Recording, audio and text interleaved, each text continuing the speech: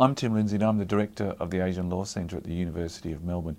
This paper is about challenges that Australia faces in dealing with its most important northern neighbour, Indonesia. Australia is the only Western country in Asia. As we enter the Asian century, how it deals with Indonesia is going to be critical. With GDP in Indonesia growing at around 6%, it's got one of the fastest growing economies in the region. It's also the chair at the moment of ASEAN, the Association of Southeast Asian Nations. If you take them as a bloc, they're a bigger trading partner for Australia than China or Japan or India. So Indonesia really matters.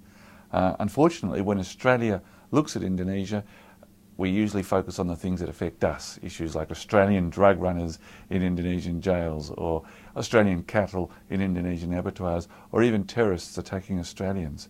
And that sometimes masks really big, more important issues that can affect the joint futures of our two countries.